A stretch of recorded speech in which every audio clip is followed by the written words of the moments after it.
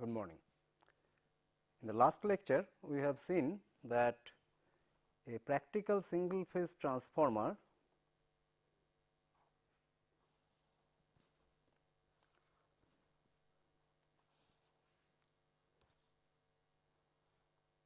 like this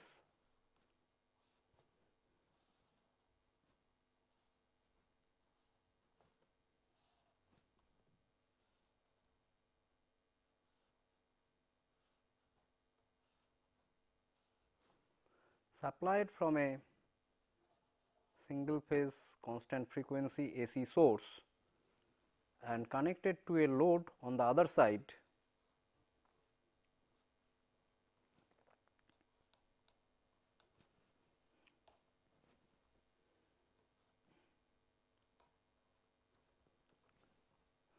drawing current I1 from the primary and supplying a current I2 on the secondary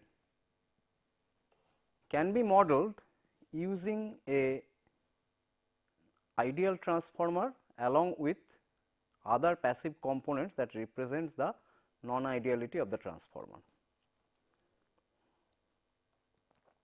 This is the ideal transformer.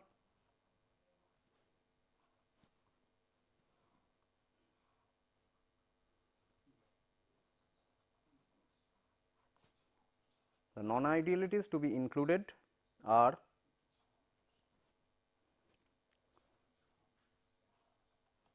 a core loss resistance, a magnetizing resistance, the leakage reactance in the primary side and the winding resistance of the primary side. Similarly, a leakage reactance on the secondary side and the winding resistance of the secondary side. This is the load.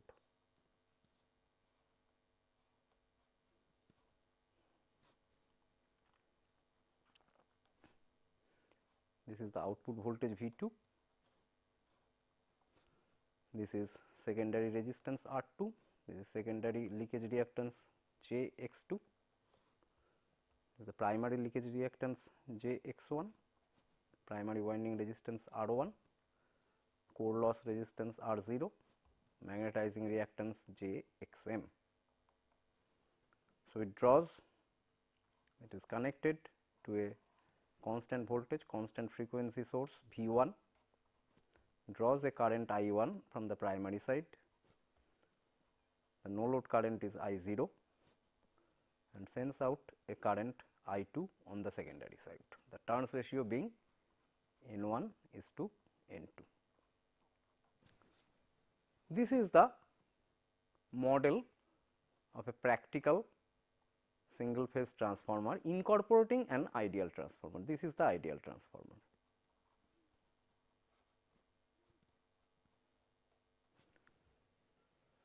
We have also mentioned that this model is not very convenient for applying all the circuit analysis tools that we have learnt in our electrical technology class, since there is a isolation barrier at the ideal transformer, which means we cannot, for example, choose a loop current across the primary and secondary, since we do not know the voltage drop between the primary and the secondary winding of the ideal transformer. Therefore, we said that this can be converted to a convenient equivalent circuit by either referring whatever is there on the secondary side to the primary or referring the primary to the secondary side, which results in two equivalent circuit which are very closely related as follows. The equivalent circuit referred to primary will look like this.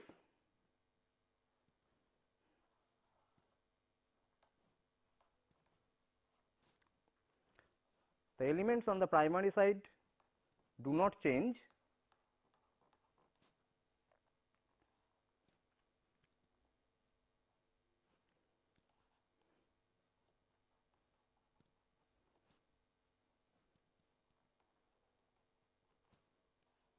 So, they retain their value.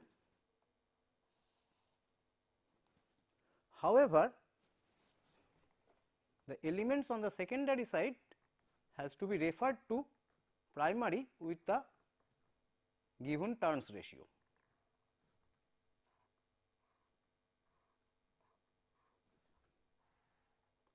So, primary voltage will still be V1, primary winding resistance will be R1, leakage reactance will be Jx1, core loss resistance and magnetizing reactance are also generally referred to the primary. So, this will remain R0, this will be Jxm. The primary current will be I1, no load current I0. The secondary current I2 will now be replaced by I2 dash given by N2 by N1 into I2. The secondary leakage reactance Jx2 dash is given by N2 by N1 by N2 square Jx2.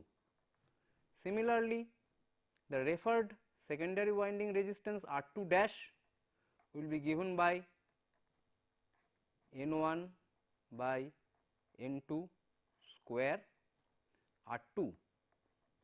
The load impedance ZL dash, the referred load impedance ZL dash will be given by N1 by N2 square ZL, and the output voltage, referred output voltage V2 will be V2 dash will be N2 by N1 into V2. I am sorry, N1 by N2 into V2.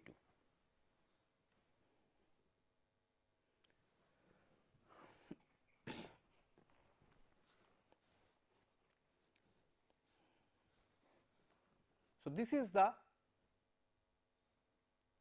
exact equivalent circuit. Why we are using the term exact, we will come later on, of the single phase transformer referred to the primary side. Of course, this equivalent circuit can be drawn referred to the secondary side as well, and that circuit also we have shown the other day. It is in that case the secondary elements are not changed, but all the primary elements are referred to the secondary by the turns ratio.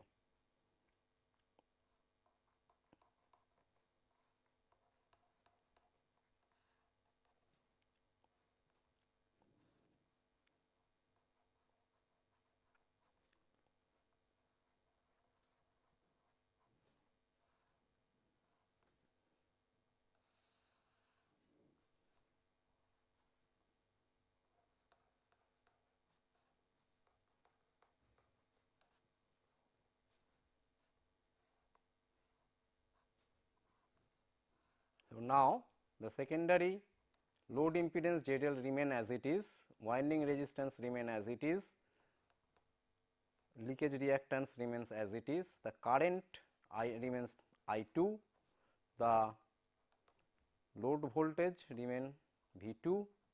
However, the primary side elements, for example, the magnetizing reactance now Jxm dash will be equal to N2 by N1 whole square Jxm, R0 dash will be equal to N2 by N1 whole square R0, I0 dash will be equal to N1 by N2 into I0,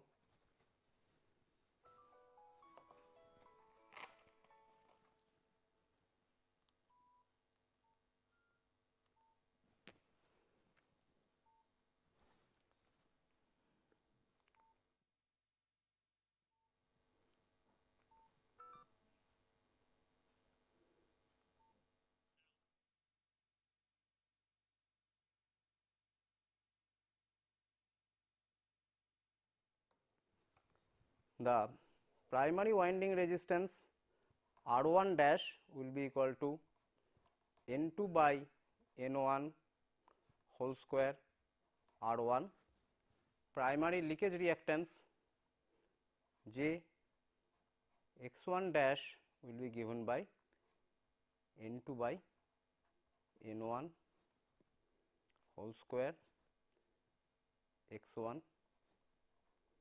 and the source voltage V1 dash will be equal to N2 by N1 V1. So, these are the two equivalent circuits. The first one is referred to the primary with number of turns N1, the second one is referred to the secondary with number of turns N2. Now, the major application of these equivalent circuits are in determining the different variables. For example, if V1 is given, the load parameter is given and the circuit parameter is given, then we can find out all the currents, the voltage, etc. Let us look at a concrete example. Let us say that this is a single phase transformer, the ratings are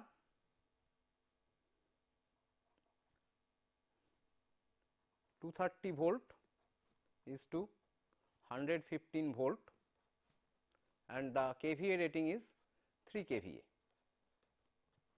which means N1 is to N2 for this case is 2 is to 1. Also, let us say the load impedance is actually a load resistance of value 3.75 ohm. The other parameters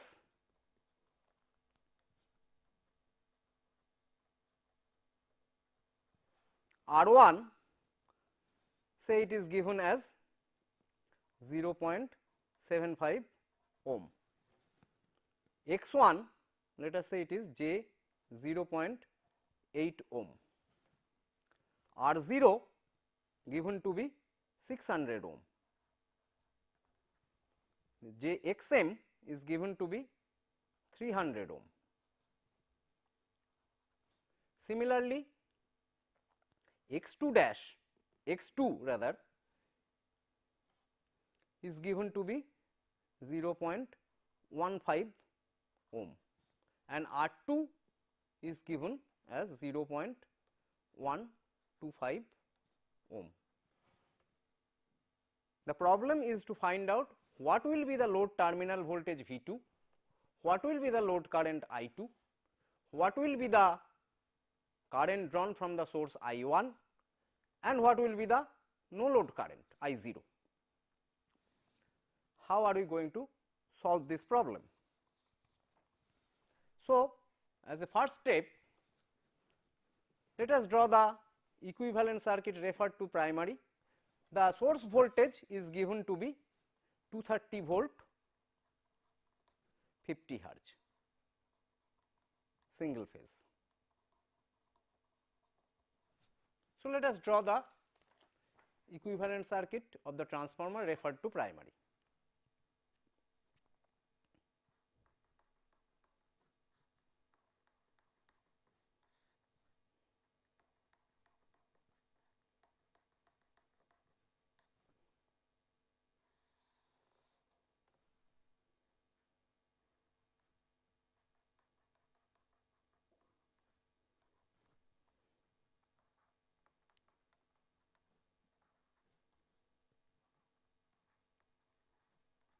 J 0.8 ohm.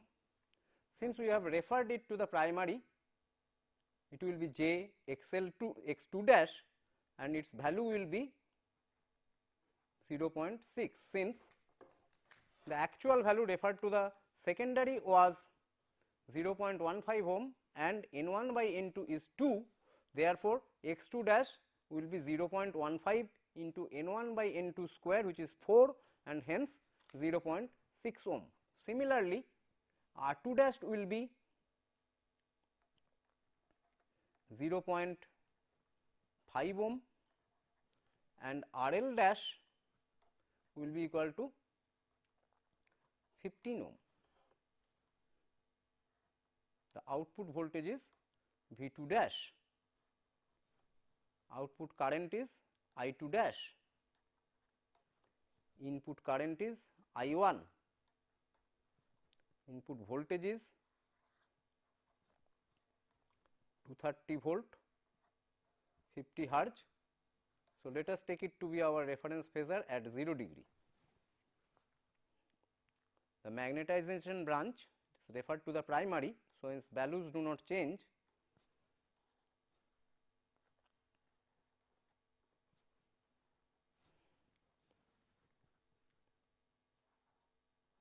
This is 600 ohm, this is J 300 ohm. Now, there are different ways of solving this circuit, for example, the loop current method or the node voltage method. However, for this particular problem, we will apply the Thevenin's theorem. So, let us find out the Thevenin equivalent circuit at these two terminals looking back.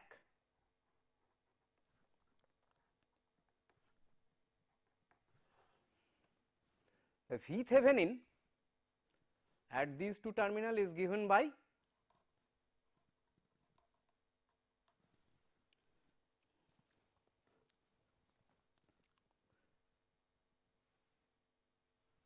impedance here divided by the total impedance into the voltage, that is 600 parallel J 300 divided by 600 parallel J 300 plus 0.75 plus J 0.8 into 230 angle 0 degree. Now, 600 parallel J 300 is equal to 120 plus J 240. Similarly, the denominator becomes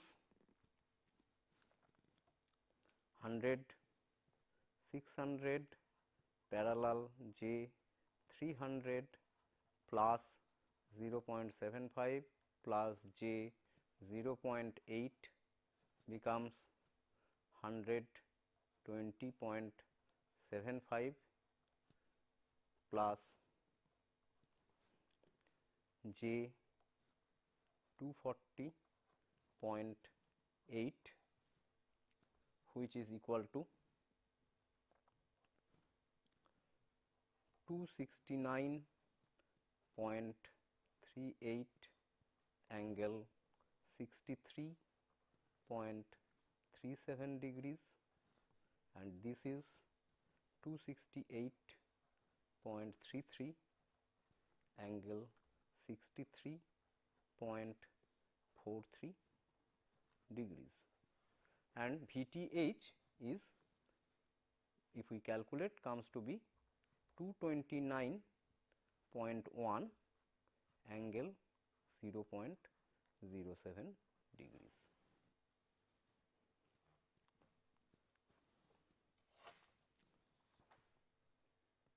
So, what is ZTH?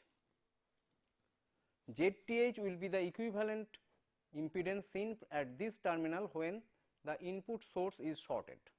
Therefore, ZTH is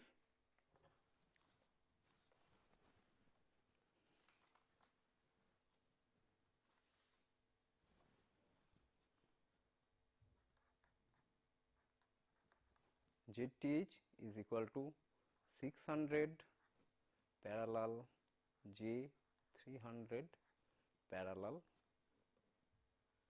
0.75 plus J 0.8.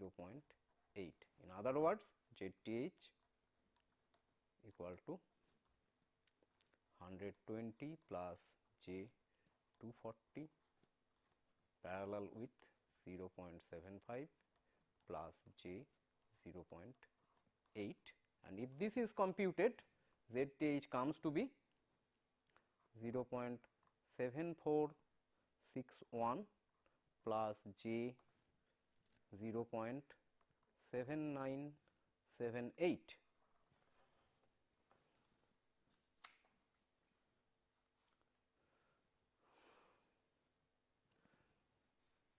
So, what will be I2 dash in this circuit? I2 dash will be, so what is the Thevenin equivalent circuit? Let us first see. The Thevenin equivalent circuit becomes VTH in series with ZTH in series with rest of the circuit.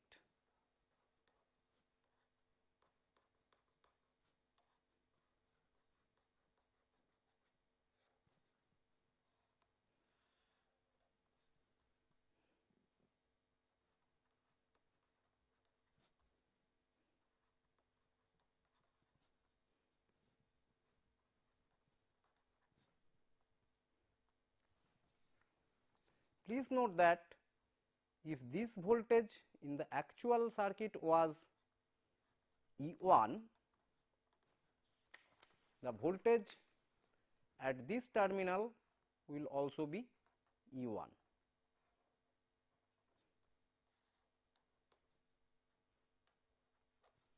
Since E1 equal to I2 dashed into this complete impedance, here also E1 equal to I2 dashed into this impedance, and this impedance do not change because only the input side has been changed. So, what will be I2 dash? I2 dash will be equal to V Thevenin divided by Z Thevenin plus sum of these impedances, which is 15.5 plus j 0.6.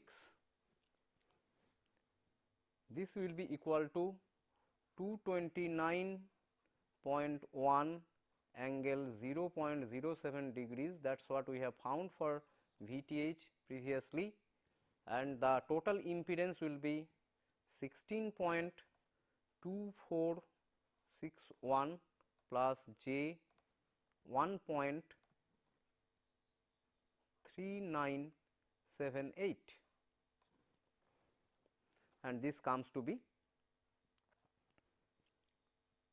14.05 amperes at an angle of minus 4.85 degree with respect to the primary applied voltage. Now, I2, how much is I2? I2 equal to N1 by N2 into I2 dash, hence I2 is 28.1 ampere at an angle of minus 4.85 degree with respect to the input applied voltage. Therefore, we have found answer to one of the problems, that is, we have found what is the output current.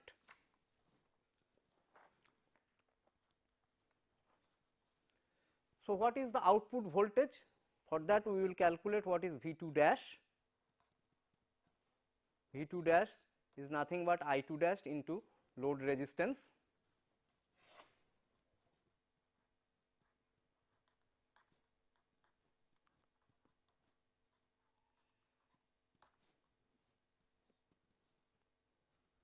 And this comes to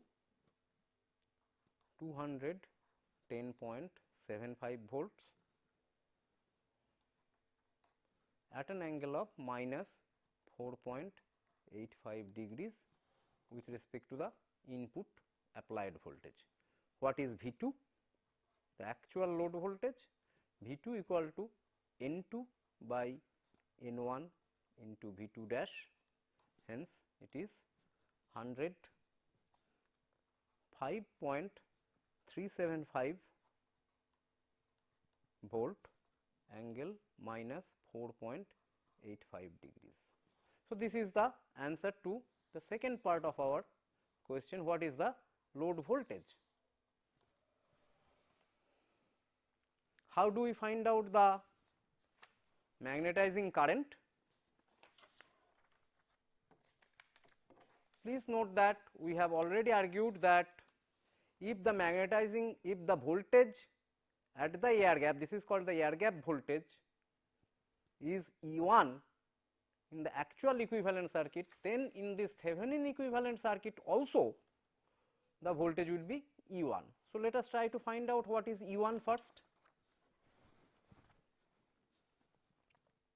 Now, E1 from this Thevenin equivalent circuit is I2 dash multiplied by the total impedance of the secondary side.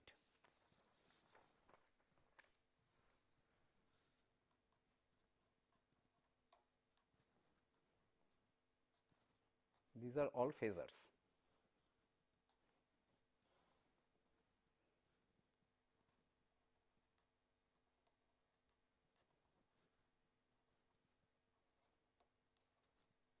And if we calculate, this comes to 217.94 volts at an angle of minus 2.633 degrees with respect to the primary applied voltage V1.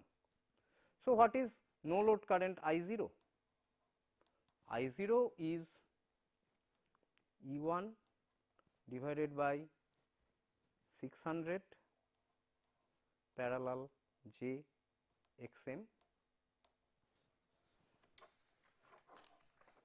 that is from this actual equivalent circuit.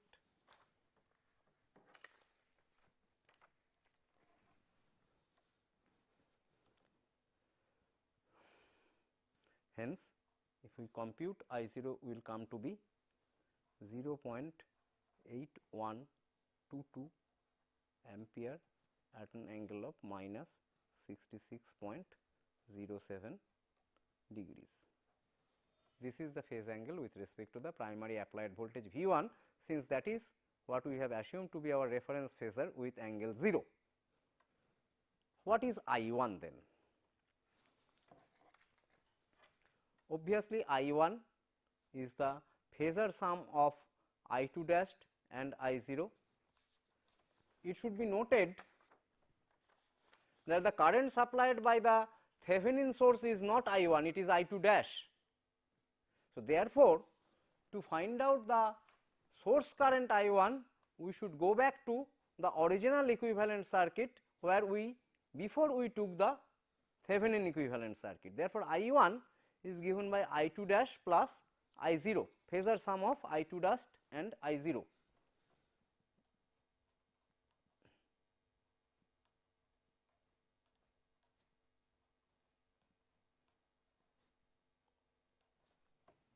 That is, we have found out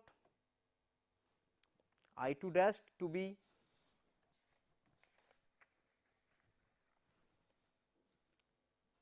.05 ampere angle minus 4.85 degrees and I0 to be 0.8122 ampere angle at minus 66.07 degrees.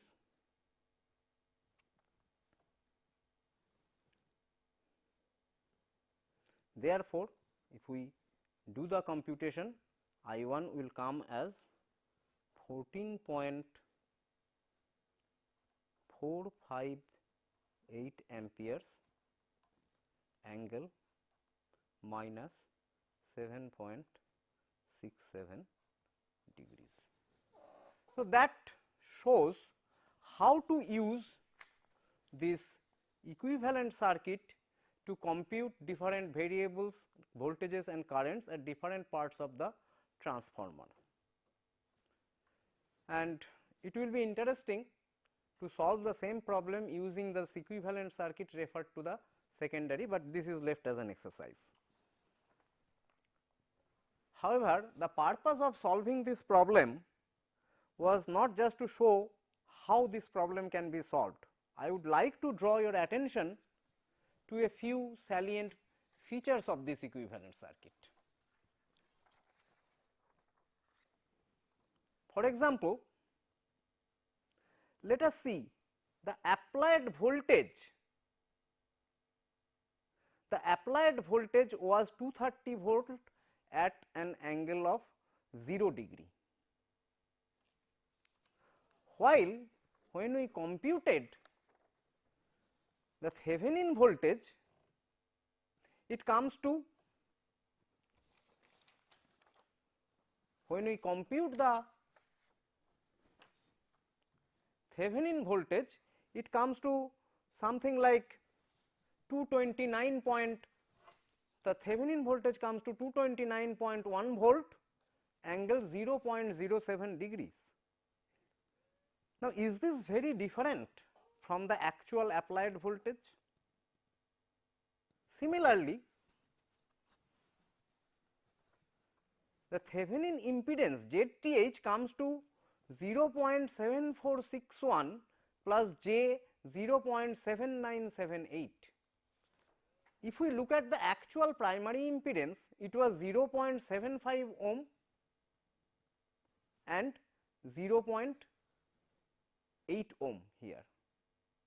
Therefore, it possibly makes sense, in order to reduce the computational complexity, to obtain this Thevenin equivalent circuit by simply omitting this part and connecting this right across the supply voltage.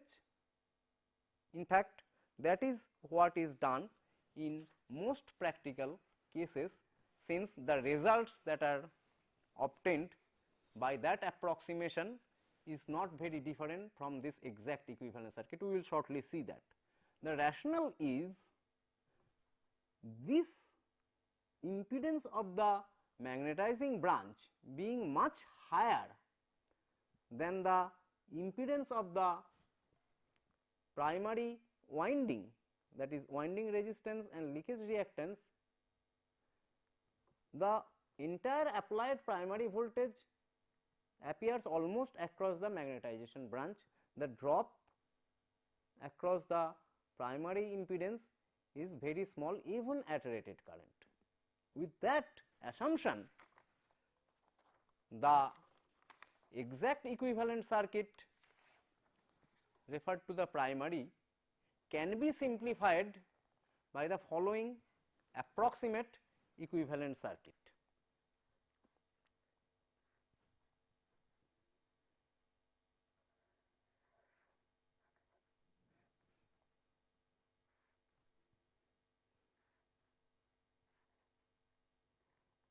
Here in the approximate equivalent circuit, the magnetization branch is connected right across the source,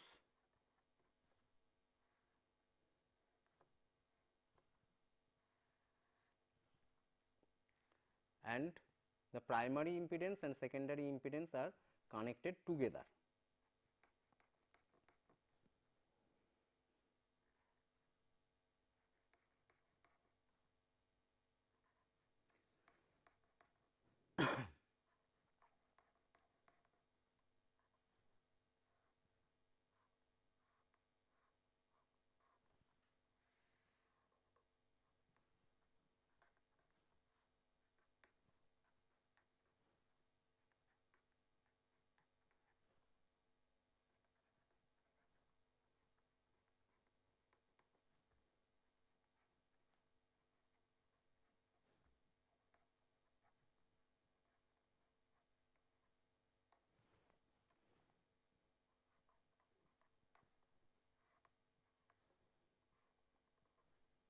V2 dash, load current I2 dash.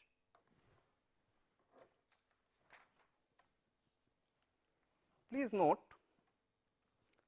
this was the exact equivalent circuit.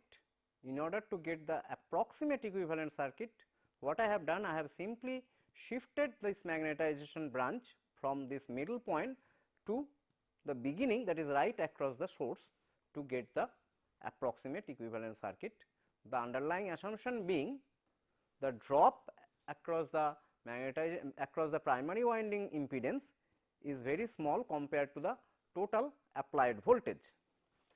Now, this can be further simplified, and the resistances can be clubbed together and reactances can be clubbed together to give a even simpler form of the same equivalent circuit.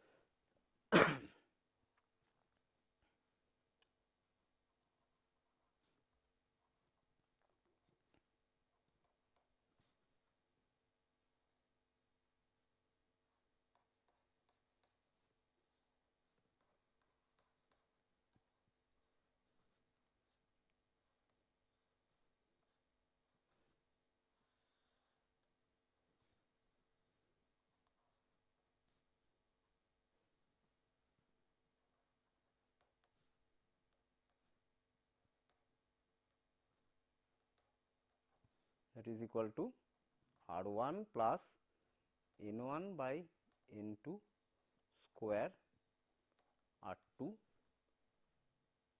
and J x eq equal to J x1 plus x2 dash, that is equal to J x1 plus N1 by N2 square x2. This remains Z L dash, the current is I2 dash, this voltage is V2 dash. The primary current is I1, magnetizing current is, the no load current is I0. Obviously, this circuit, this approximate equivalent circuit is far simpler compared to the exact equivalent circuit that has been shown earlier. Now, how much error would we incur if we use the approximate equivalent circuit instead of the actual equivalent circuit? Let us try. Let us try with the same problem. So, the approximate equivalent circuit for the earlier problem will be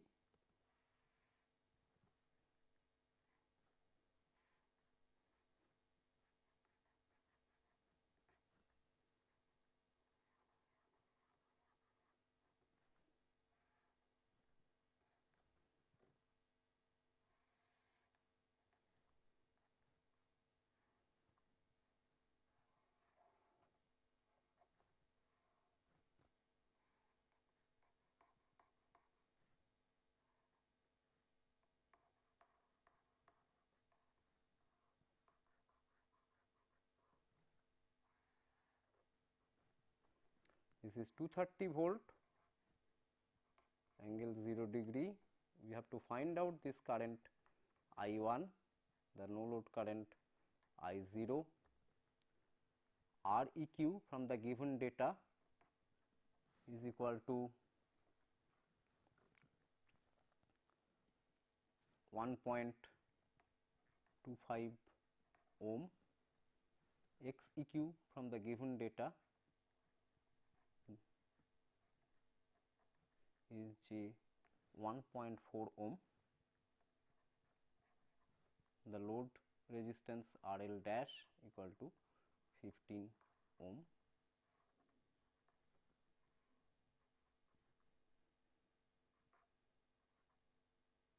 This is referred load voltage V2 dash, this is the referred load current I2 dash. So, how do we compute I2 dash here? I2 dash is simply equal to 230 angle 0 degree divided by 16.25 sum of these impedances plus j 1.4, this is given by 14.1 ampere angle minus 4.924 degrees. So, I 2 equal to N 1 by N 2, I 2 dash is 28.2 ampere angle minus 4.924 degrees. What is V 2 dash?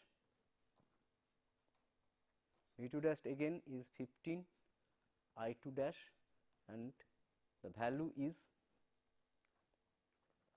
211.5 volt angle minus 4.924 degrees, and V 2 equal to N 2 by N 1, V 2 dash equal to 105.75 volts angle minus 4.924 degrees. The simplification in the calculation is very apparent. We do not have to find out the Thevenin equivalent voltage or Thevenin impedance, we can simply calculate the variables. I 0 and I 1 can be computed similarly. I 0 equal to 230 angle 0 degree divided by 600 parallel j 300, and is the value is 0.8571 amperes at an angle of minus 63.435 degree with respect to the applied voltage phasor.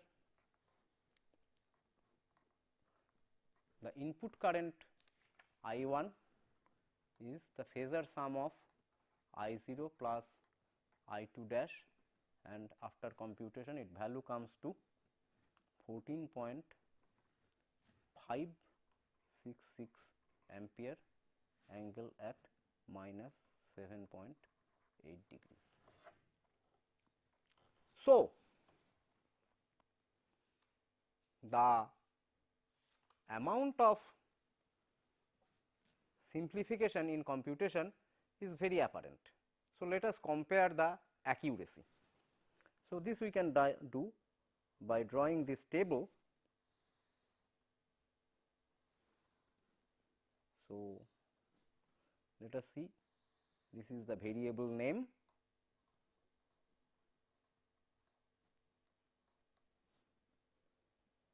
Next, let us put the exact equivalent value from the exact equivalent circuit.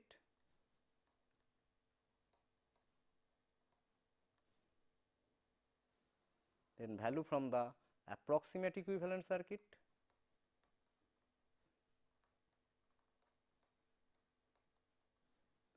And percentage error, let us say only in magnitude.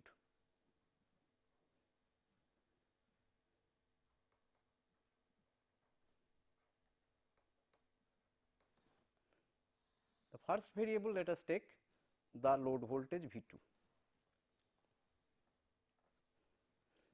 The value we have got by exact equivalent circuit is 105.375 volt at an angle of minus 4.85 degrees, and from the approximate equivalent circuit we have got it to be 105.75 volts at an angle of minus 4.924 degrees. The percentage error in magnitude, which is this value minus this value divided by this, comes to minus 0.356%.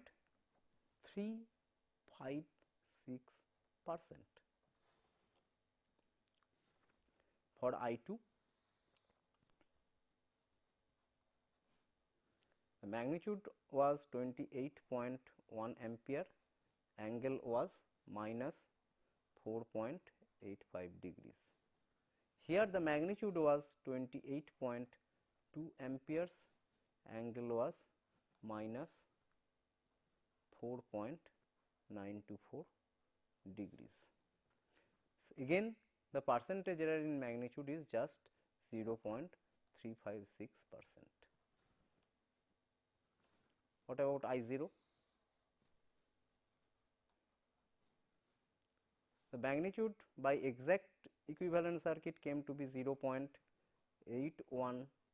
ampere at an angle of minus 66.07 degrees. By approximate equivalent circuit it came to 0.8571 amperes at an angle of minus 63.435 degrees.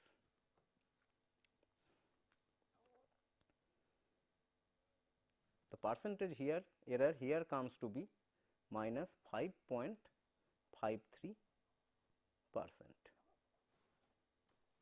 Lastly, for I1,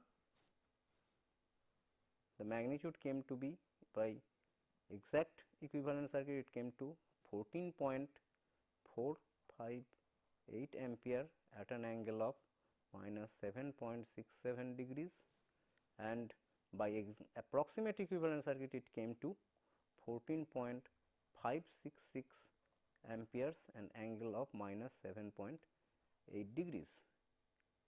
The percentage error is just minus 0.747%. Now, we have already seen how much simplification in computation can be achieved if this approximate equivalent circuit is used, and this table shows the kind of accuracy that we can expect. We see that in most cases the percentage error is less than even 0.5% except for the in the value of the magnetization current. The magnetization current itself is less than 5% of the rated current. That is why this value comes slightly higher, but even then that is close to 5%. Hence, for all practical purpose in a transformer, it is normally this approximate equivalent circuit which is used, and until and unless it is absolutely necessary, the exact equivalent circuit normally is not used. Now, the approximate equivalent circuit can also be referred to either primary or the secondary. For the primary, we have already shown the approximate equivalent circuit to look like this.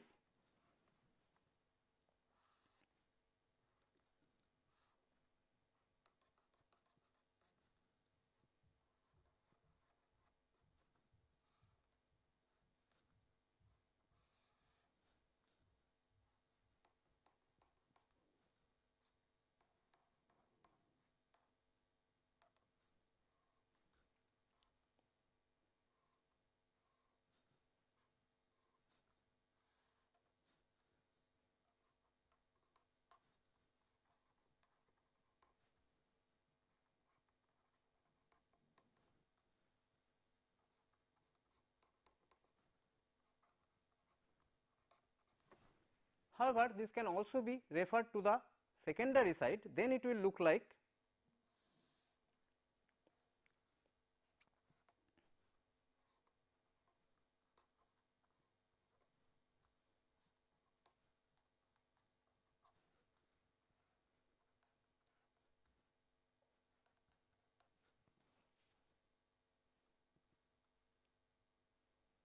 sorry.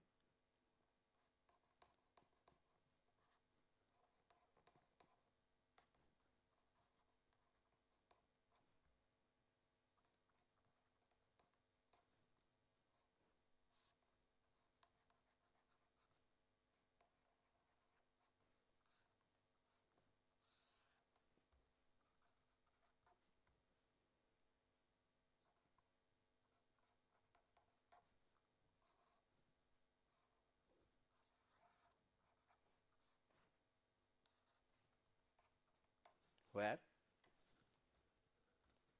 V1 dash is equal to N2 by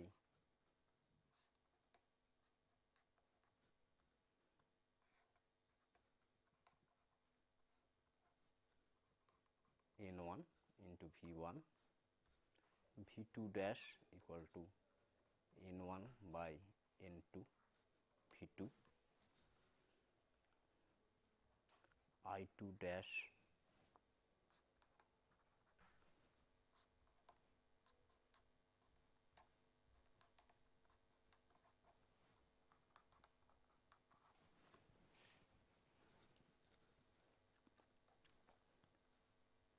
I2 dash equal to N1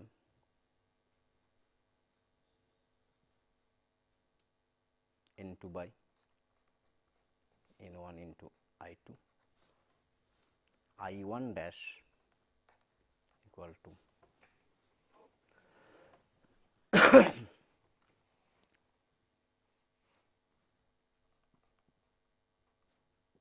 N1 by N2 into I1. For the variables Req dash, Req equal itself is R1 plus R2 dash, Xeq equal to X1 plus X2 dash, Req dash equal to N2 by N1 square Req, hence it is equal to R2 plus N2 by N1 square R1 equal to R1 dash plus R2. Similarly, Xeq dash equal to N2 by N1 square Xeq equal to X1 dash plus X2. R0 dash equal to N2 by N1 square R0 and Xm dash equal to N2 by N1 square Xm. Therefore, in order to solve a given transformer problem, the approximate equivalent circuit will normally be used. The approximate equivalent circuit can be either referred to the primary or referred to the secondary. The relationship between the variables and the equivalent circuit parameters are given by these equations.